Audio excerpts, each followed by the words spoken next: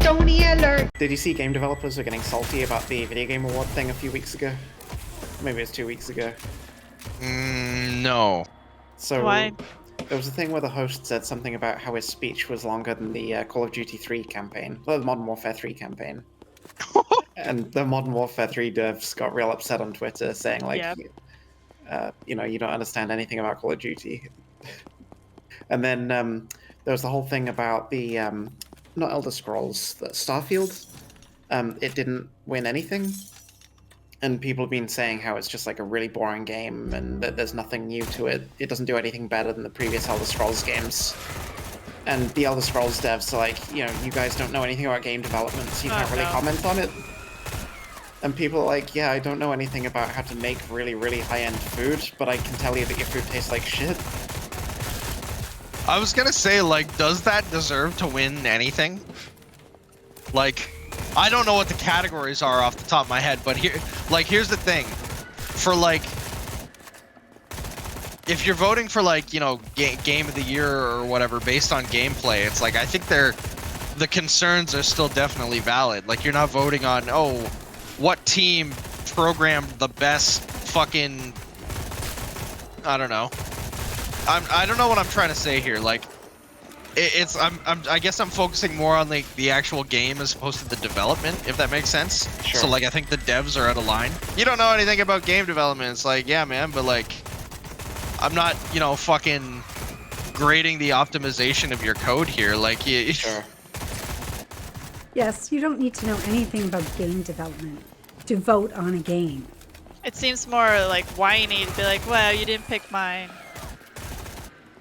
I mean, I can tell you if I like a game or not, and I have no idea what goes on. And then I kind of just like also feel bad for some of those people because it's like, Oh, absolutely. like to have, you know, worked on the new Call of Duty, like fucking the remake, and then have it be like total shit. It's like, I imagine that can't feel great, right? Well, it's certainly not, you know, the artist's fault or the programmer's fault or whatever. It's Exactly, all like, designed by committee. Apparently with Starfield especially, there's some whole thing about how every single decision has to go through Todd Howard. oh god. It's like, you know, back in the 90s and the early 2000s, you're working on a game, you have some idea, you put it in there. You don't really ask for permission. These days, it's all some massive industrial project with hundreds of people working on it. And you have some idea on, hey, you know, this game, you know, it'd be nicer if we tidied up the inventory screen a bit. It goes through Todd Howard, and he says, nope. Yeah. I kind of hate that shit. I guess we do play a lot of indie games. Indie games are cool. Support the little guy.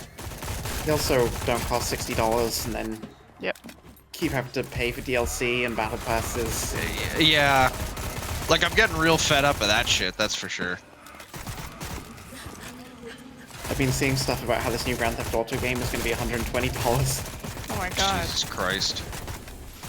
The what? The Grand Theft Auto. Did I say Call of Duty? No, you said No, Grand you Theft said Auto. Grand Theft Auto, yeah.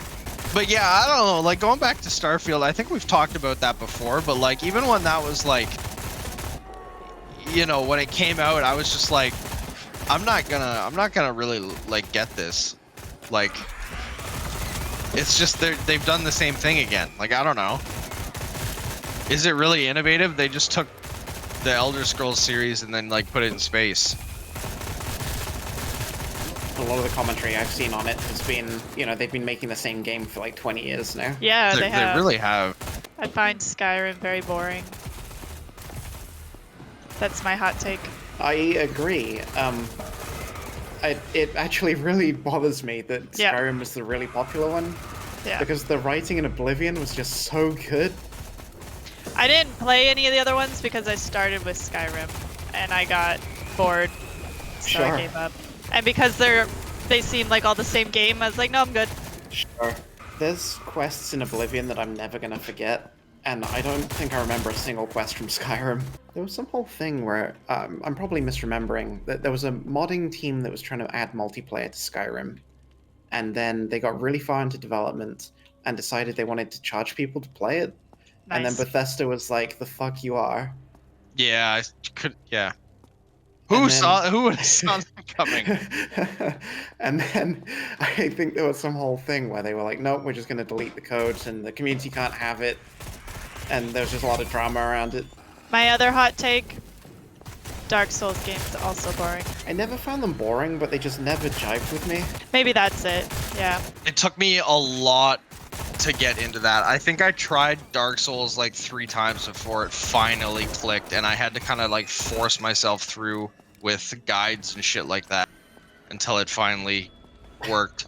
It was a lot of like pounding your head on a brick wall and seeing which will break first, which I don't necessarily think is great design personally. And I know people just, when they hear that, they're just, oh, well, you just gotta get good. It sounds like people who say the Final Fantasy games get good after the first 200 hours or whatever. Oh god. Yeah, fuck. Yeah, and the community for Dark Souls definitely doesn't help. Also, going back to that whole fucking Skyrim to Starfield making the same game bullshit. I thought it was very funny, or I think it's very funny in retrospect when after Dark Souls 3, I think it was Bandai Namco, right? They were like, yeah, we're done with the Souls series. And then they went on to make fucking Sekiro and remake Demon Souls and then make Elden Ring, and that's basically like all the same shit. Yeah. I wonder why they said that. I almost want to say like maybe they weren't certain about how the changes in mechanics were going to play out or be received in Sekiro or Elden Ring. So they were like, oh, it's a different game, we swear, except it's the same game, we just made it open world, kind of. I know the Armored Core games, they're made by the same studio. At least, I'm pretty sure they are. They have a lot of Souls-like elements to them. The Josh Strife Hayes, he goes on about it, but I really appreciate games that make upgraded guns look visually distinct. Yes. Yeah. Yes. Did you play Bioshock? No. A lot of people No, play that it's on the also. list though. Another hot take. I think Bioshock 2 is better. Then I don't know what it's called. Either the first one or the third one. The third one's the one that everybody to, right? Yep, third one was absolute garbage, and I'll fight anyone on that. It's because the third one has a female in it, and none of these virgins know what those look like. Oh god. I'm editing that out. I don't know if that was a hot take. I think it might have been an aggressive one, though. It's because there's a time paradox in the story, and it made people feel smart for not understanding the story. Yes. That's how I feel about Death Stranding. Yeah. That game fucking sucks. I know it's still on your list, so I won't spoil it, but... Thank you. I see they're going to turn it into a TV series or a movie or something? Really? They should not. They so should not Is do Norman that. Reedus going to be in it? I don't Oh, know. fuck me, dude. And he can just yell his name over and over. Norman Reedus and the Funky I'm Features. Sam! Fuck The Walking Dead. Oh, Are you into Invincible, Maddie? I don't know what that is. Oh, it was, I forget the author's name. The guy who did The Walking Dead. It's his next Robert comic. Kirkman? That's right, yeah. Oh, no. I haven't heard of it. So I think the second season of the TV show, it's animated, it's a cartoon. It's extremely adult. It's about superheroes, very dark and bleak. I guess it's kind of awkward, the timing, because it came out at the same time as like The Boys and stuff like that, where Right. we've gone from, overload with the Marvel superhero stuff Yes. to overload with the anti-superhero stuff. Yeah, that is poor timing. It's the violence in it is pretty shocking, especially for something that's hand-drawn. We watched the first episode of Rick and Morty season 7. And And... It was alright. I thought the new voice actor's doing a fantastic job. Good. Are we still a season behind, Maddie? yes, I think so. What was in season 6? I can never remember. They just kind of blend together. Yeah. I just don't care about the Rick and Morty lore. It was far more interesting when you didn't know anything. I think there's room for both, I guess. Oh, I mean that. Yeah, so I just ignore the lore, so I get the bit that I want. Yeah, despite the fact that there's like the individual episodes and the overarching story, I just kind of tend to judge them like episode by episode. And then some of them are good and some of them are not as good. which is probably about as lame a take as you can have, but you know, that's how we make it through this life. Season 7, Episode 1 has a famous person in it very prominently. And, yeah, fine episode. And then we get to the credits and it's actually that person, and we're both like, what the fuck? That's always exciting. I like when that happens. Well, remember, I asked, what show would you like to be on if you could be on? But no one said Rick and Morty.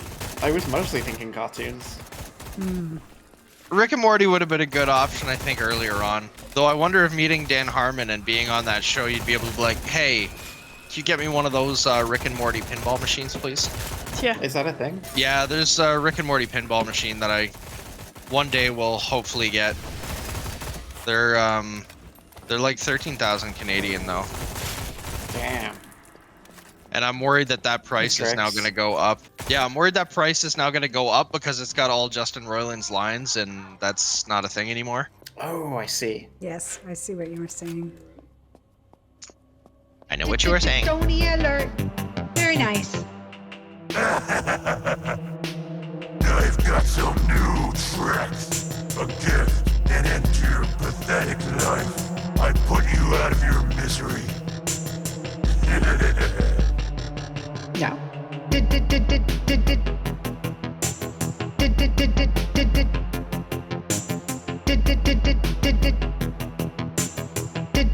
Tony alert. Kill them all.